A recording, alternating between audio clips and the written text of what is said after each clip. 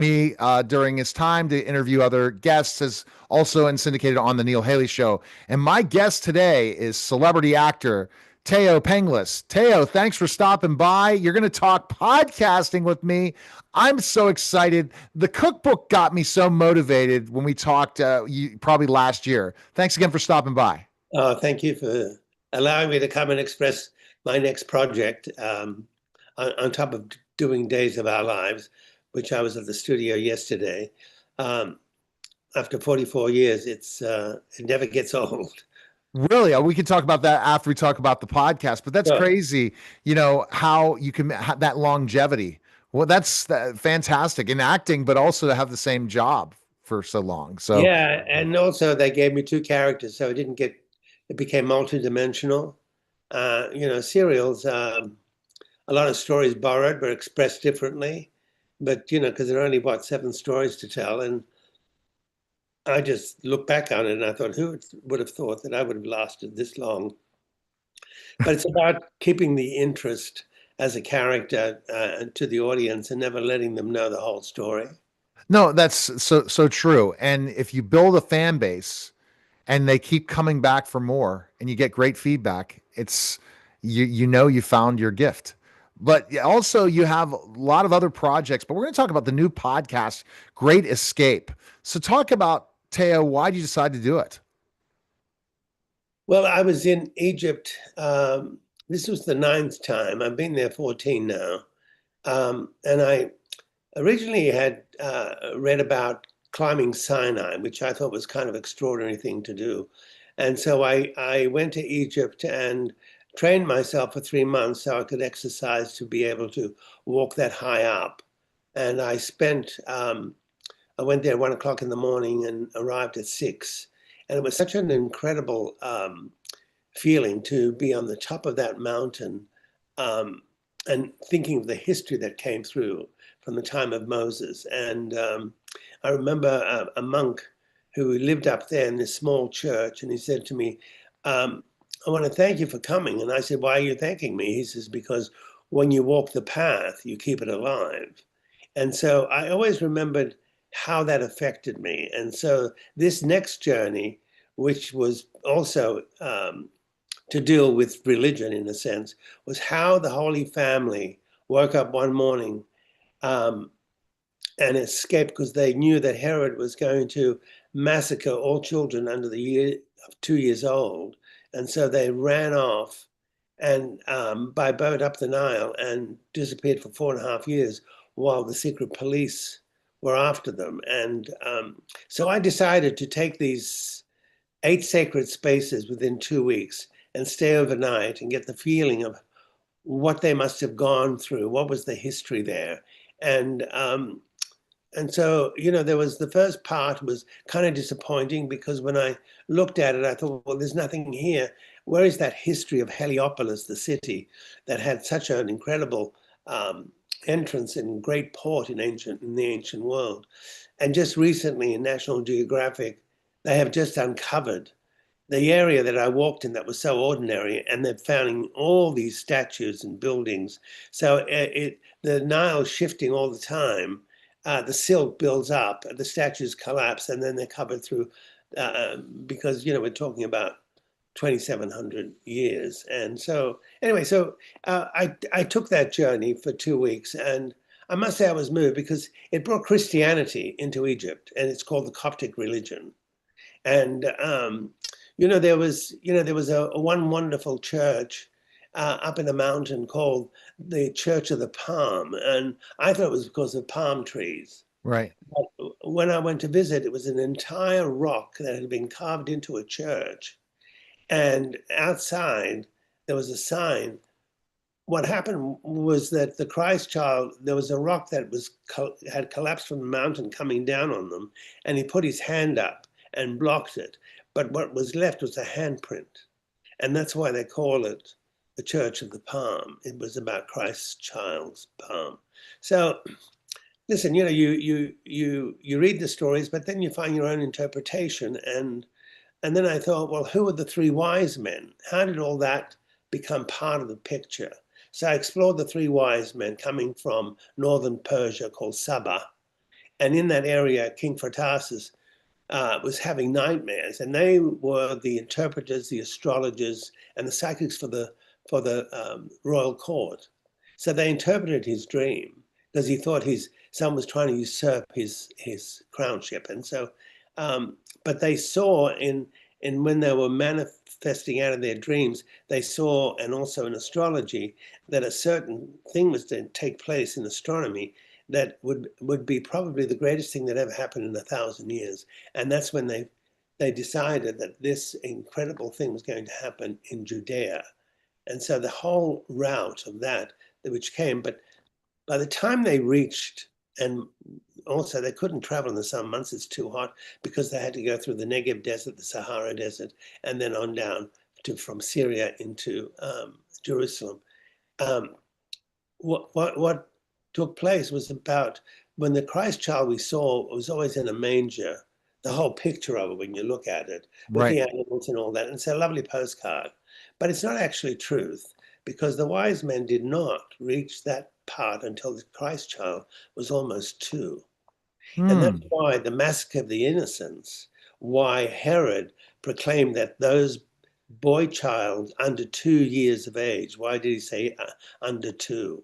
Didn't say just babies, under 2. And so that's what became the massacre of the innocents, and how the wise men, because you have two kings. One was Herod, and then you have Artaxerxes, and they're both villains in a sense. And then you have the 3 wise men coming through as a spiritual exercise in order to bring forth knowledge to the world that something sacred was taking place. And so you have these 2 villains, and that's what I brought into the story. Part 1 is basically how I went to Egypt, how I discovered all these areas. And then I wrote part 1, part 2 of the story, and that's to deal with the massacre, the Christ child, and the escape into Egypt, which I thought was just fascinating. And then, and how did they, and how they proclaimed, I mean, how do you, in a Muslim world, how do you change a religion where you brought Christianity and people saw a different faith? This is fascinating, the research and the decision for a podcast, because this could be a book too you could write. Yes. Yeah. I'd like to, I'm looking at it to possibly write it as a mini series. Oh. Because I think, let's face it, when it comes to our Christmas holidays, and, everybody has their own, some people just have Christmas holidays. Others have, holidays for the Christians, and there are so many of us. And I always think that's the time when people are really looking for faith, and to test their faith, and to acknowledge their faith, and also to celebrate it. And so, and we do it through many ways, through gifts and shows and programs and music. Music is so important. And so I just, my publicist, she put the sound effects, which brought great reality to the show, because what it does, you realize, without sound effects, you're just telling a story. But with the sound effects, it actually makes you feel like you're there.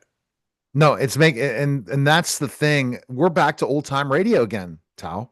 That's the cool thing, right? Yeah. So never give up on a medium, right? Even if the days when say, newspapers are dead, the online newspapers survived. Maybe they'll go back to the physical newspapers again. They came back to the record player. So you never know. So just because it was a trend at one point and thought it was dead, it's back and people love it. Yes. Yeah. Yeah. It's what it does is, when you're looking at a movie, and the pictures are there for you. Your imagination doesn't have to kind of soar. But when you're listening to radio, when you're listening to stories, that is just the ear, and then it's the mind that starts to create these pictures by the way we're telling the story. And I thought you did such an extraordinary job, and I backwards and forwards we went with the music. You could only use certain music without having problems with it, she did a fantastic job, Jill. And so I'm very pleased. I think it's the way to go because I've got now other ideas about what other stories I want to tell along the way. And for me as an actor, it's kind of, I understood why people in radio loved just going in and they could be animated. It's also the way they do cartoons. They're animated and you have no restrictions. No, You I know, you don't know. care. You Why do you don't think care I love how my, you. why do you think I love one of my gigs, which I consider it a hobby, even though because my businesses, I have an agency and a tutoring business. I love this and I could do this 24/7, 7 days a week, and it doesn't feel like anything. And it's so much fun. You get It to is. learn so much, you get to express so much, you get to, you keep your brain going in so Yeah. many ways. I think when I was writing, I had a writing partner. She says, "Where the hell do you get that imagination?" And I realized I've gone through so many cultures. I've walked in the footsteps of great stories, great. I mean, walking in the footsteps of Jesus, walking in the footsteps of Moses, crossing Yeah. Sinai Desert and climbing Mount Sinai. All those things uh, give you such. That's why I think I've lasted so long on days because the character never became dull, even though sometimes the stories were a little bit exaggerated and a little bit strained. And how do you make it work? How do you lift that dialogue off the page and make the audience feel that they're seeing something unique? And to me, that's how do you broaden yourself as a human being so that when you tell the story, you and what you manifest is greater than the norm. But And that's what I I think think about you're a it. great guy too. You're down to the earth. You want to have people on the set that are very talented, but yet can work with so many in the soap opera because you're shooting so many days, and you got to have people. And it seems like people you could get along with people well. Well, also, See, what is chemistry? You people like yesterday, my producer said, I love the work that you did today. And she says, you create such chemistry. And what is it?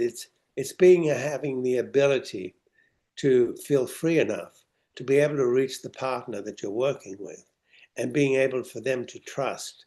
And so you help open them up. And what you see is suddenly this person who may be nervous on the set because they're new or because their part of the story is not particularly interesting. How do you draw that out of people?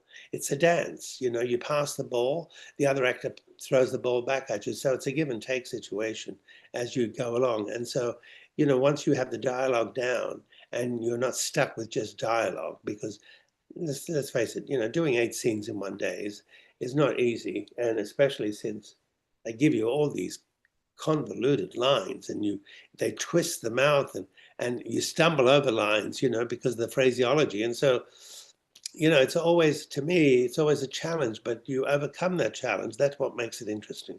okay.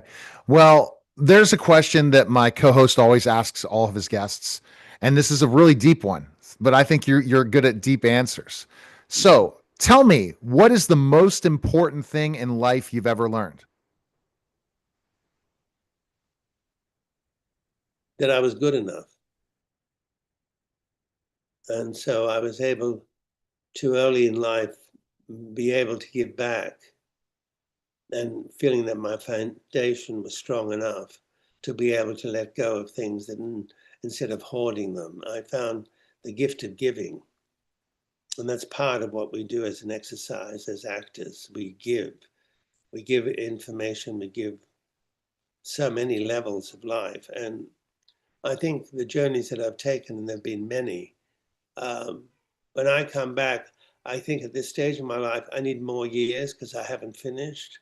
I think that's part of it is the curiosity, and that through that curiosity allows you to be able to enhance yourself. And what you present is an example that people like to follow, people like to listen to. So I think for me, it's about the gift of giving because we're in a world where it's a lot of takers, it's a lot of greed, a lot of jealousy. And I don't know why well, I could go into that, but that'll be too political. But, giving, I'm surprised when even I had a house guest here for a week at Christmas. Do you think they would even call and say thank you for what you did? Oh my. It's about how do you give? And I think Mhm. that's what comes back to yourself. I think the fulfillment of that is that I've been rewarded by having such riches in my life and Well, being able you're to have living life and loving life, man. yeah. That's the key thing. Like every day, I can't wait to get up and work and Mm. live my life. There's not a day in my life that I don't want to get up, maybe a little bit, but meaning it's just an amazing life and that you're living an amazing life. Where can we check out the podcast? Well, certainly on Spotify and Amazon, um, and it's in 3 parts. Uh, the first part is the longest. It's about 40 minutes, but what a journey it was to discover and also to find your own humility where you come across people. Like I was in one village and a young kid, it must have been about 14, came running to me and said, please take me out of here. I don't want to die here. And I remember the struggles that people, so in many ways, I'm thinking, look, I'm in a foreign land. I'm traveling all these magnificent stories and walking the footsteps of greatness and having a chance to sit in front of an ancient column and being able to tell a story. It's we don't feel blessed enough in life. We just keep. That's why I mean about the takers. You've got to pause. As a friend of mine said one time when we were in the cave where the Holy Family had hid, and I said, "Okay, let's go to the next spot." He says, "Can we just stay here for 10 minutes and just take it in without having to rush?" And that taught me a lesson that you must pause at times and realize the blessings that have come into your life. Okay. And check it out on Spotify. Your book's available on Amazon, your cookbook, and Yes. anything else. And check you out on Days of Our Lives every day, right? Well, yes. Yeah, my God. It's, you reach a certain age and you hear people don't want to do it anymore because they can't remember their lines. And I'm not having that problem, thank God. Okay. Appreciate it.